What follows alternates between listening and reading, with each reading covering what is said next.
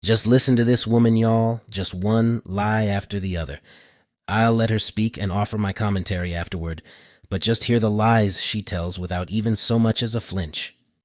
So, if you were wondering why did Hamas attack Israel today, I will explain it in like the shortest, best way I can. And this was like my major in college and stuff, so I actually know quite a bit about this. But essentially, Israel is the ancestral homeland of the Jews. Dates back to the Bible. So, Jews were actually only used to be called Israelites. They didn't start to be called the Jews until like the 1800s. The Israelites were expelled twice from Israel. Once they went into Egypt and then went back, built the second temple. That crumbled, and then they were expelled in 70 AD. They went all throughout the diaspora. So some went to northern Africa, some went throughout the Middle East, like to Persia, and then some went up to Europe.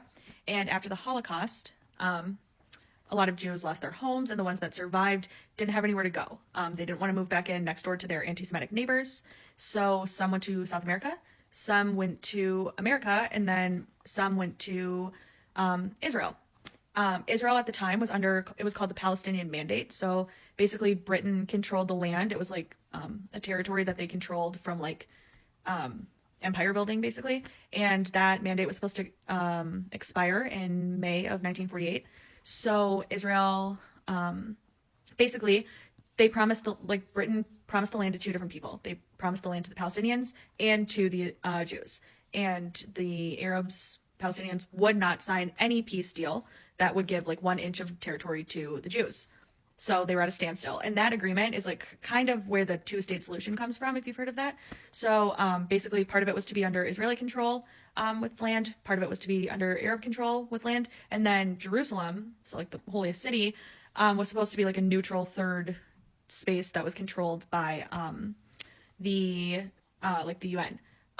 Since the Arabs wouldn't sign that deal on May 14th, 1948, Israel declared a war of independence and won. So all of their neighboring territories, like all of the neighboring states, so Egypt, Lebanon, Syria, Jordan, all attacked Israel, and Israel won that war. So not only is it their ancestral homeland, but they won the war. And in every other territorial dispute, every war that's ever been fought, if a country wins the war, then they get that territory. That's like how it always works. But for some reason, since 1948, the Arabs still do not accept the fate of that war. They keep declaring more wars. Israel keeps winning them.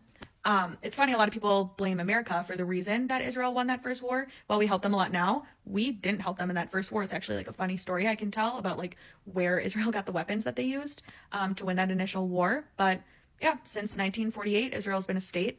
And to this day, the Palestinians will not accept any peace deal that gives any territory to the Israelis whatsoever. There's a ton of like very complicated reasons why they won't do that, but they won't.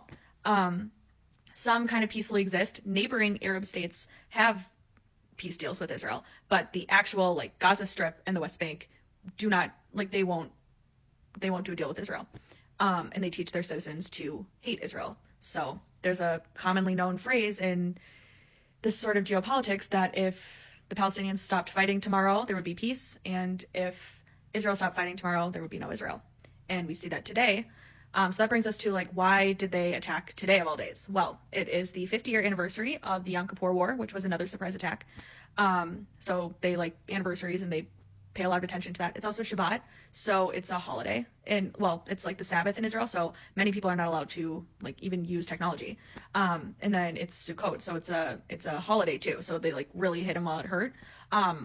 Why you're going to hear that this attack is like super unprecedented is because mainly when the Palestinians have like attacked before, it's been like a lot of military targets as well as civilians. This they just went right for the civilians, you know. So they went to a music festival in southern Israel, and they took naked bodies of women that they killed and are waving them around. And there's awful videos about it. I mean, it's terrible. I've cried a lot looking at it, so I won't cry again. But I mean, it's awful. And the only thing that these people are guilty of is living on land that they won. That's it. So that's kind of a little bit about why they chose today. Hey everyone, it's the Black Inquisitor, and man, this video got me all kinds of fired up. We need to talk about some of the claims made because honestly, it's like a masterclass in misinformation. But first, if you enjoy my content, don't hesitate to give this video a like and follow me for future videos. First off, this whole ancestral claim to the land thing. Come on, y'all. A lot of the people in the state of Israel are European converts. They're not returning to some ancient homeland. They're settling in land that's been occupied. Let's not rewrite history here. And then there's the claim that Israel won the land. Won? Are you kidding me? That's like saying you won someone else's wallet after you snatched it from their pocket. This is conquered and illegally occupied territory, period. Now let's talk religion. The video makes it sound like this is some holy war. Newsflash, half of Israel's population is secular. This isn't about holy days, it's about land and power.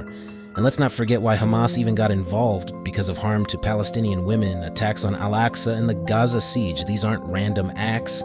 They're responses to real issues. Oh, and the whole "if Palestine stops fighting, there will be peace" narrative? Give me a break.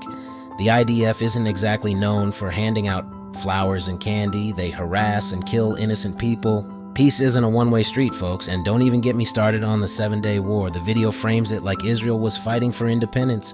Nah, that was Arab nations saying, hold up, this occupation isn't cool. It wasn't a fight for independence. It was opposition to an illegal occupation. Lastly, Britain loaning out land like they're some kind of real estate agent? Nah, fam, that's not how this works. The Palestinian Mandate and the Balfour Declaration were both illegal. You can't give away something that's not yours. So the next time you come across a video like the one I just watched, remember to question what you're hearing. The situation is way more complex than some folks want you to believe.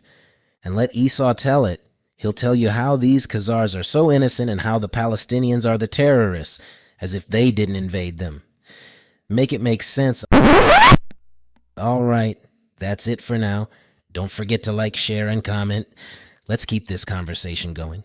All praises to the Most High. Stay blessed, Israel. Shalom.